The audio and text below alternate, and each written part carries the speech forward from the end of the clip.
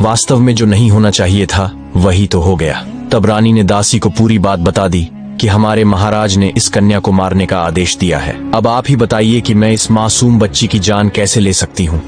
तब दासी ने रानी से कहा, हे रानी साहिबा, आप चिंता मत कीजिए। आप राजा से कह दीजिए कि आपने बेटी को मारवा दिया है। मैं आपकी बेटी को सबके सामने मारने के लिए ले जाऊंगी, पर मैं इसे मारूंगी नहीं, बल्कि इसे पाल लूंगी। और यदि कोई पूछेगा तो मैं कह दूंगी कि यह बच्ची मेरी भतीजी है। इससे इस बच्ची की जान भी बच जाएगी और राजा की नजरों से दूर भी हो जाएगी। इसके पालन पोषण को लेकर आप निश्चिंत रहो, मैं इसे अपनी बेटी की तरह पालूंगी। यह सुनकर रानी को बड़ी खुशी हुई। वह सोचने लगी कि यह बेटी भले ही मुझे देखने को न मिले, लेकिन कम से कम वह जीवित तो रहेगी। तब रानी ने बड़े उदास मन से कुछ धन आभूषण अपनी पुत्री के पालन पोषण के वास्ते उस दासी को दे दिए और दासी से, यह एहसान जिंदगी भर कभी नहीं भूलूंगी। जब तुम्हारे लिए धन की जरूरत पड़ेगी तो मैं तुम्हें इससे भी अधिक दौलत दूंगी, लेकिन मेरी पुत्री का यह सच कभी खुलने मत देना।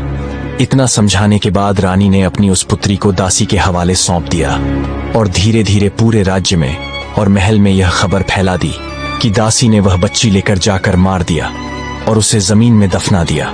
इधर क्या हुआ, उस बच्ची को ले जाने के बाद दासी ने उसे बहुत अच्छे ढंग से पालन पोषण करना शुरू कर दिया।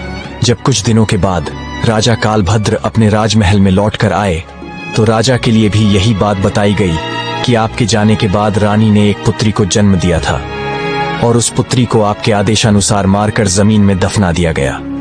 यह सुनकर राजा को बड़ी खुशी हुई। इधर दासी उस बच्ची को अपनी भतीजी बताकर पालने लगी और जब भी रानी को उस बच्ची को देखने की इच्छा होती थी तो वह उसे लेकर राजमहल चली आती थी।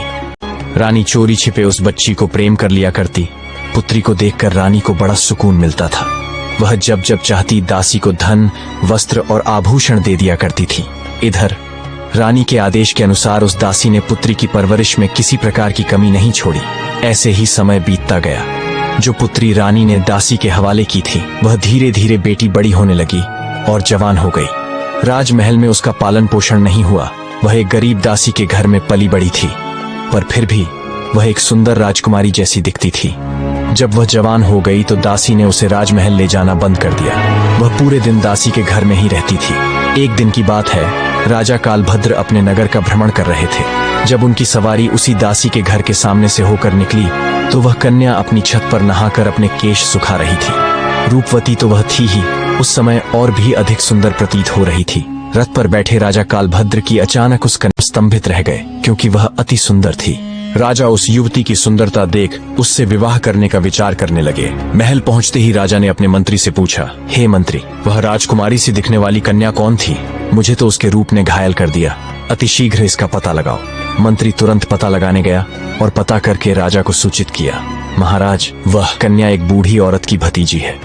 रात भर राजा की नींद हराम रही। बार बार उसी लड़की का चेहरा उनकी आंखों के सामने आता रहा।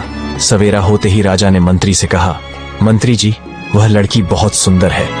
उसने मेरी रातों की नींद उड़ा दी। उसकी मोहक मूरत मुझे बार बार परेशान करती है। उसके बिना अब मैं रह न पाऊंगा। एक काम करो, कुछ लोगों को साथ ले जाकर तुम उस बूढ़ी औरत के घर जाओ और उस लड़की के साथ मेरी शादी की बात करो। उसी दिन राजा के कहने पर मंत्री अपने कुछ सैनिकों के साथ उस बूढ़ी औरत के घर गया और दासी से कहा कि हमारे राजा साहब आपकी पुत्री